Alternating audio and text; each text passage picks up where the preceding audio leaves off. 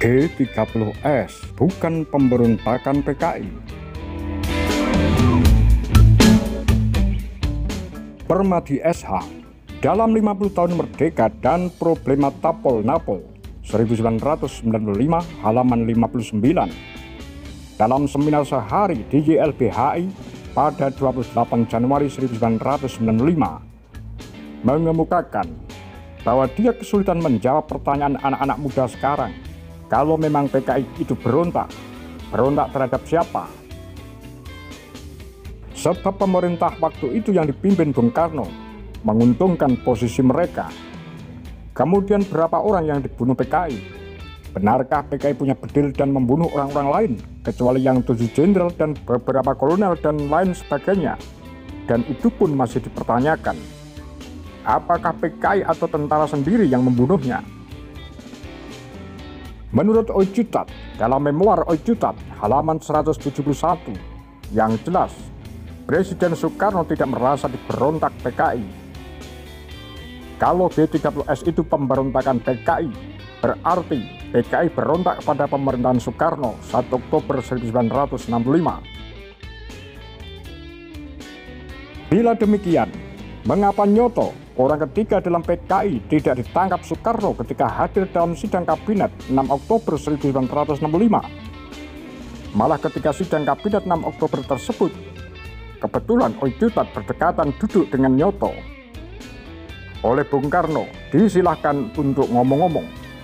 Juga dalam pidato Presiden Soekarno dalam buku Memenuhi Panggilan Tugas jilid 7 halaman 172 sampai 173 tanggal 21 Desember 1965 mengatakan, "Gestok, gerakan 1 Oktober harus kita hantam. Tetapi komunisme tidak bisa, karena ajaran komunis itu adalah hasil keadaan objektif dalam masyarakat Indonesia. Seperti halnya nasionalis dan agama, Nasakom telah kutulis sejak aku berumur 25 tahun, dalam tahun 1926. Dan ini akan kupegang teguh sampai aku masuk liang kubur," tutur Bung Karno. Menurut Mane Sopian, dalam Kehormatan Bagi Yang Berhak, halaman 312, sesudah Brigjen Suparjo melaporkan apa yang terjadi dini hari 1 Oktober pada Presiden Soekarno di Halim, Presiden Soekarno memerintahkan Brigjen Suparjo untuk menghentikan semua operasi militer G30S.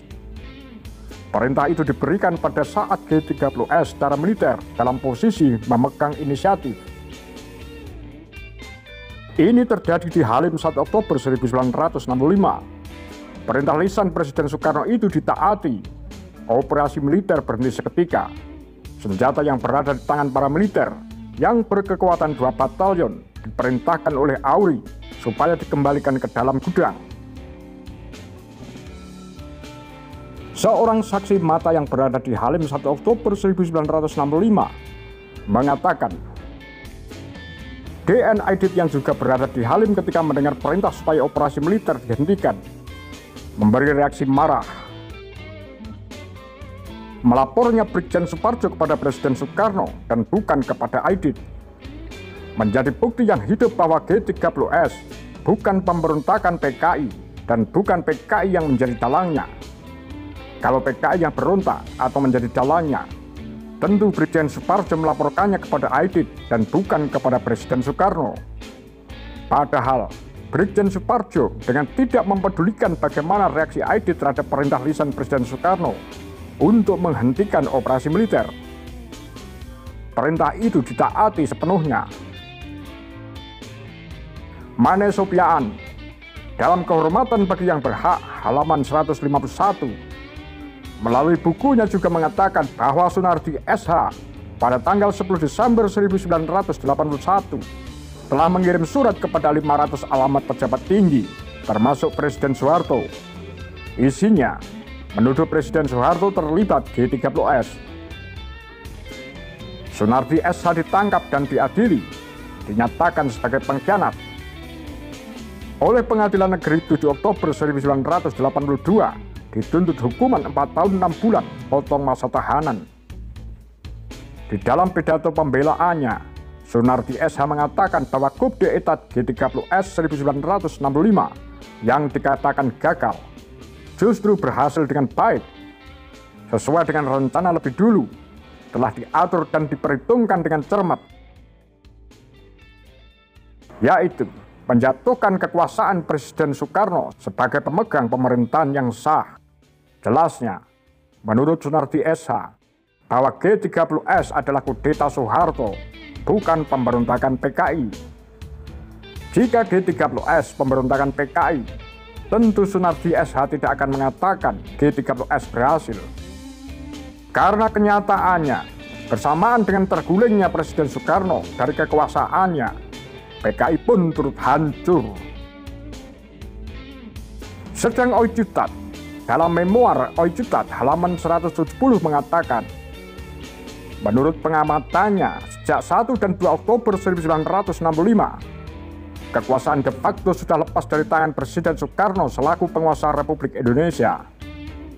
Memang, padanya masih ada dorong mikrofon, tetapi inisiatif dan kontrolnya jalannya situasi sudah hilang.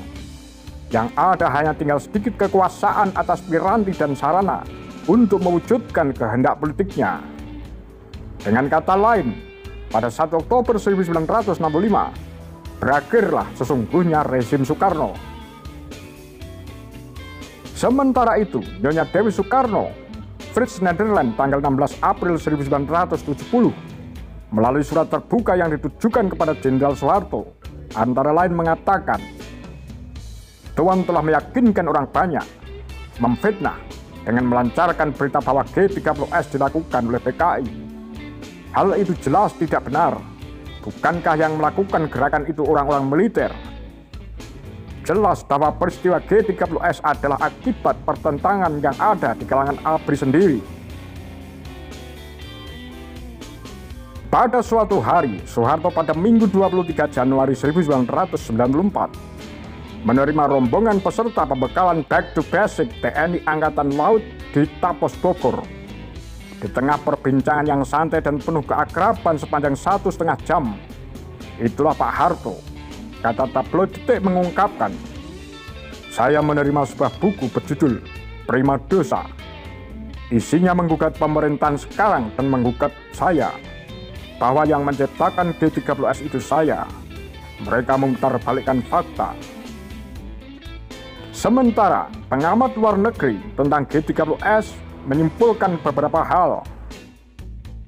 Peter Dale Scott, profesor ahli bahasa Inggris dari University of California, Berkeley, Amerika Serikat, menerbitkan tulisan yang berjudul The United States and the Overthrow of Sukarno, 1966-1967.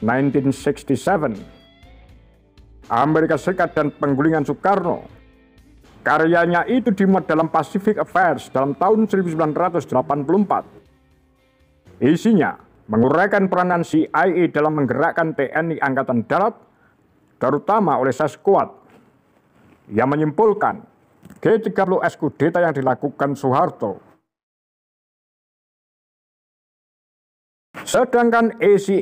Dick dalam bukunya setebal 480 halaman yang berjudul In Spirit of the Red Banteng yang diterbitkan pada 1974 di Den Haag mengemukakan bahwa ia berhasil mendapatkan kopi dari pemeksaan Kolonel Wijanarko yang mengungkapkan bahwa Bung Karno telah memutuskan pengamanan para jenderal yang tidak loyal pada satu rapat rahasia di Bali dalam bulan Juni 1965 dan merundingkan dengan untung pada Agustus 1965. Pada 23 September 1965, Komandan Cakrabirawa Jenderal Sabur diperintahkan untuk secepat mungkin mengambil tindakan terhadap para jenderal yang tidak loyal. Wetham dalam tulisannya yang berjudul Soeharto and the Untung Coup de Missing Link, terbit 1970, menyimpulkan bahwa Angkatan Darat yang melakukan kudeta. Ia meragukan keterlibatan komunis, karena di saat itu PKI sudah berada di ambang puncak kekuasaan. Jadi buat apa susah-susah lagi merebut kekuasaan? Menurut Cornell Papers, persoalan G30S adalah persoalan intern Angkatan Darat. Jadi bukan PKI yang mendalangi peristiwa itu, Namun pada saat-saat terakhir ada usaha memancing supaya PKI terlibat. Kalau toh PKI terlibat, keterlibatan sendiri hanya insidentil. Dan menarik, apa yang dikatakan Leo Suryadinata, Golkar dan Militer, halaman 19 hingga 20, bahwa jika PKI menjadi dalang kudeta, ia adalah dalang yang sama sekali tidak siap. Artinya, PKI memang tidak menyiapkan G30S. Kesimpulannya, sudah tiba waktunya untuk mengatakan yang benar sebagai benar dan yang salah sebagai salah. Secara G30S yang selama 32 tahun ini diputarbalikkan oleh kekuasaan Soeharto harus ditempatkan pada tempat yang sebenarnya, yaitu G30S adalah G30S Soeharto dan bukan G30S PKI. Dalam AM Hanafi Menggugat, terbit 1998 halaman 262, bahwa G30S menggunakan Soekarno dan Soeharto menggunakan G30S. Jadi G30S Soeharto.